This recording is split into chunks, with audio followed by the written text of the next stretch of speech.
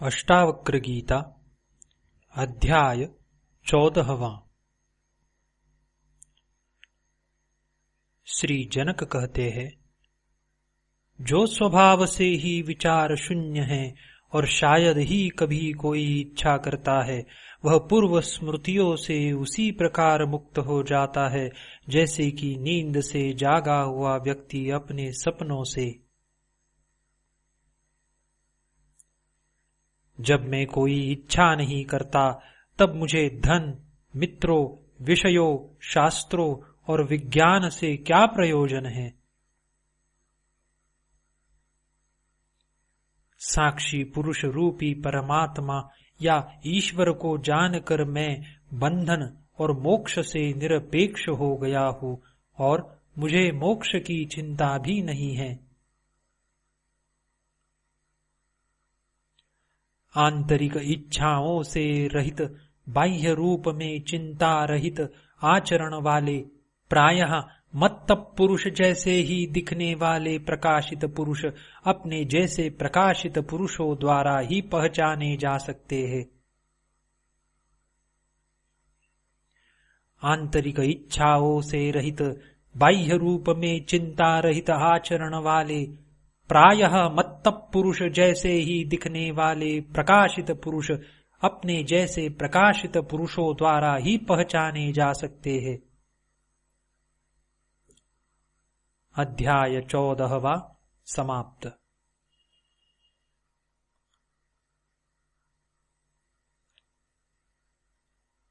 अष्टावक्र गीता अध्याय 15वां। श्री अष्टावक्र कहते हैं, सात्विक बुद्धि से युक्त मनुष्य साधारण प्रकार के उपदेश से भी कृतकृत्य हो जाता है, परंतु ऐसा न होने पर, आजीवन जिज्ञासु होने पर भी परब्रह्म का यथार्थ ज्ञान नहीं होता है। विषयों से उदासीन होना मोक्ष है और विषयों में रस लेना बंधन है।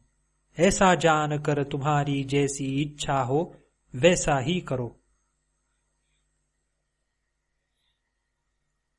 वाणी, बुद्धि और कर्मों से महान कार्य करने वाले मनुष्यों को तत्वज्ञान शांत, स्तब्ध और कर्म न करने वाला बना देता है। अतः सुख की इच्छा रखने वाले इसका त्याग कर देते हैं।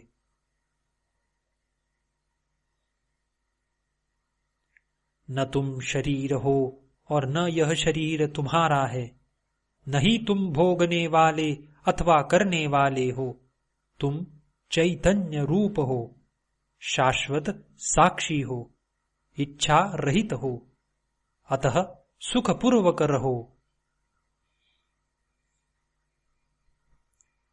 राग यानी प्रियता और द्वेष यानी अप्रियता मन के धर्म है, और तुम किसी भी प्रकार से मन नहीं हो।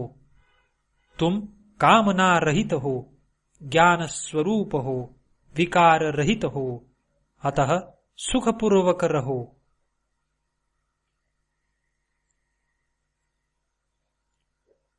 समस्त प्राणियों को स्वयं में और स्वयं को सभी प्राणियों में स्थित जानकर अहंकार और आसक्ति से रहित होकर तुम सुखी हो जाओ।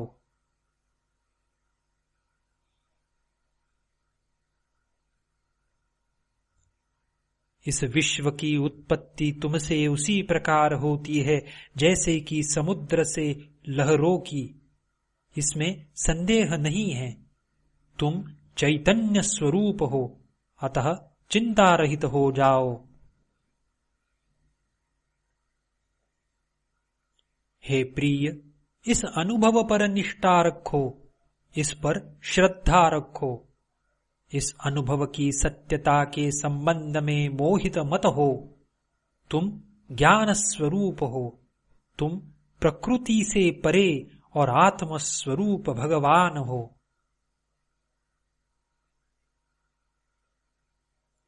गुणों से निर्मित यह शरीर स्थिति, जन्म और मरण को प्राप्त होता है, आत्मा न आती है और न ही जाती है, अतः तुम क्यों शोक करते हो?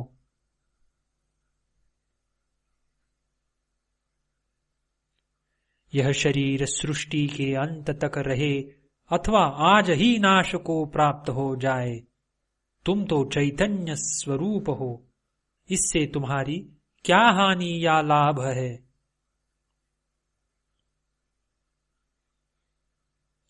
अनंत महासमुद्र रूप तुम में लहर रूप यह विश्व स्वभाव से ही उदय और अस्त को प्राप्त होता है, इसमें तुम्हारी क्या वृद्धि या क्षति है? हे प्रिय, तुम केवल चैतन्य रूप हो और यह विश्व तुमसे अलग नहीं है, अतः किसी की किसी से श्रेष्ठता या निम्नता की कल्पना किस प्रकार की जा सकती है? इस अव्यय शांत चैतन्य निर्मल आकाश में तुम अकेले ही हो, अतः तुम में जन्म कर्म और अहंकार की कल्पना किस प्रकार की जा सकती है?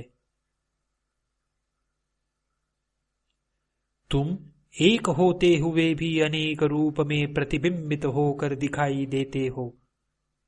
क्या स्वर्ण, कंगन, बाजूबंद और पायल से अलग दिखाई देता है? यह मैं हूं और यह मैं नहीं हूं, इस प्रकार के भेद को त्याग दो। सब कुछ आत्मस्वरूप तुम ही हो, ऐसा निश्चय करके और कोई संकल्प न करते हुए सुखी हो जाओ। अज्ञानवश तुम ही यह विश्व हो, पर ज्ञान दृष्टि से देखने पर केवल एक तुम ही हो। तुमसे अलग कोई दूसरा संसारी या असंसारी किसी भी प्रकार से नहीं है।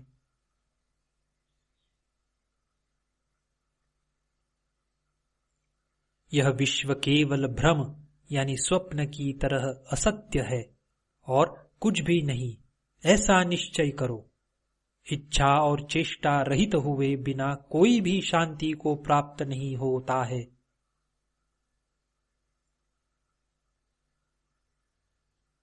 एक ही भवसागर था, है और रहेगा।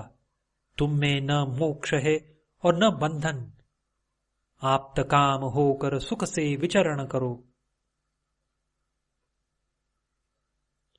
हे चैतन्य रूप, भांति भांति के संकल्पों और विकल्पों से अपने चित्त को अशांत मत करो।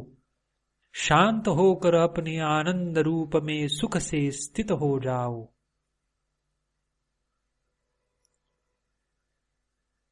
सभी स्थानों से अपने ध्यान को हटा लो और अपने हृदय में कोई विचार न करो। तुम आत्मरूप हो और मुक्त ही हो, इसमें विचार करने की क्या आवश्यकता है? अध्याय 15वां समाप्त।